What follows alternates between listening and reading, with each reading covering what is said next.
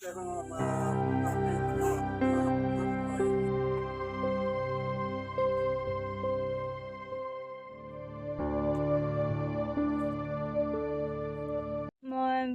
ভাল লাগিছে আজি ফলাফলটো আগৰ পৰা দিয়াৰ কথা নাছিলে, সিদ্ধান্ত নাছিলে, আজি ঘপককৈ কোৱা হ'ল। তাৰপৰা উৎফুল্লিতও হৈছিলে মনটো। ৰিজাল্ট পোৱাৰ পিছত ভালেই লাগিছে, যিমান ভাবিছিলোঁ সিমান হ'লগৈ। আৰু অলপ আশা কৰিছিলোঁ, সততে 9 নম্বৰৰ কাৰণে থাকি গ'লোঁ আৰু একো নাই। মোৰ সফলতাৰ আঁৰত পিতৃ মাতৃটো আছে, আৰু এজন ব্যক্তিৰ কথা ক'ব লাগিব মই, মাধৱ ছাৰ। তেওঁ অবিহনে মোৰ ইমানখিনি নহ'লেহেঁতেন, মই ইমানখিনি উপনীতই হ'ব নোৱাৰিলোঁহেঁতেন। ভৱিষ্যত কি হোৱাৰ আশা? মই ছায়েন্স বিভাগত ভালদৰে পঢ়া শুনা কৰি এজন সফল ইঞ্জিনিয়াৰ হ'ব বিচাৰোঁ। আৰু তোমাৰ বেলেগ কিবা হবি আছে নেকি লিখা পঢ়াৰ লগতে? মই কিতাপ পঢ়ি ভাল পাওঁ।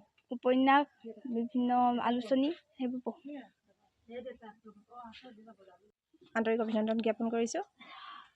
আজি ছোৱালীৰ এই ৰিজাল্টৰ খবৰ শুনি আপোনালোক যে আহি পালেহি এই স্থানত, তাৰ বাবে নথৈ আনন্দিত। ছোৱালীৰ ৰিজাল্টটোৱে বাৰু আমাৰ এই অঞ্চলটোলৈ বা আমাৰ ঘৰখনলৈ বহুত আনন্দ কঢ়িয়াই আনিছে। ছোৱালীৰ ৰিজাল্ট আমি আজি আচলতে প্ৰস্তুত হৈ থকা নাছিলোঁ, শুনি আছিলোঁ 30 তাৰিখৰ কথা শুনি আছিলোঁ।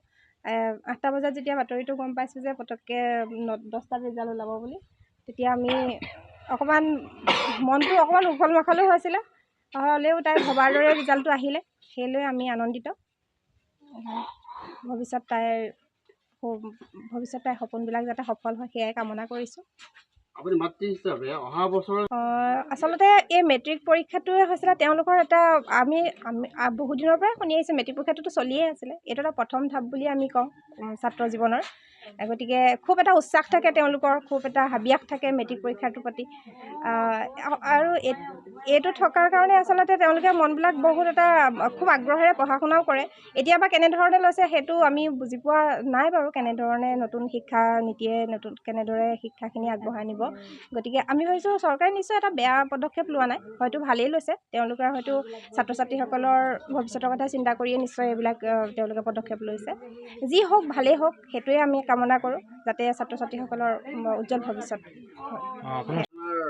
নাম উজ্জ্বল কৰাইছে। হয়, উজ্জ্বল কৰাইছে, ভাল লাগিছে, নথৈ আনন্দিত হৈছোঁ তাৰ কাৰণে। আৰু অকণমান হোৱা হ'লে আৰু অকণমান ভাল লাগিলেহেঁতেন। আপুনি এনে কি কৰে? মই এনেই মিস্ত্ৰী কাম কৰোঁ অৰুণাচলত। ছোৱালী আজি যি মই সুখী, বহুত সুখী। কাৰণ ছোৱালী ইয়াৰ পৰা গৈ ইমান কষ্ট কৰি যে ইমানখিনি পাইছে, তাৰ কাৰণে মই বহুত সুখী। তাকে ভাবিছিলোঁ আৰু অকণমান পোৱা হ'লে আৰু অকণমান বেছি সুখী হ'লোহেঁতেন। ছাৰহঁতে আৰু অকণমান যদি সহায় কৰিলেহেঁতেন আৰু অকণমান সুখী হ'লোহেঁতেন বেছি। লিখা পঢ়া কেনেকৈ কৰিলে, কি চিষ্টেমত কৰিলে? লিখা পঢ়াটো বিশেষকৈ মই ঘৰত নাথাকোঁ, মাক আৰু ছোৱালীয়ে থাকে ঘৰতে। তাতে মই বিশেষকৈ ইমান ক'ব নোৱাৰিম।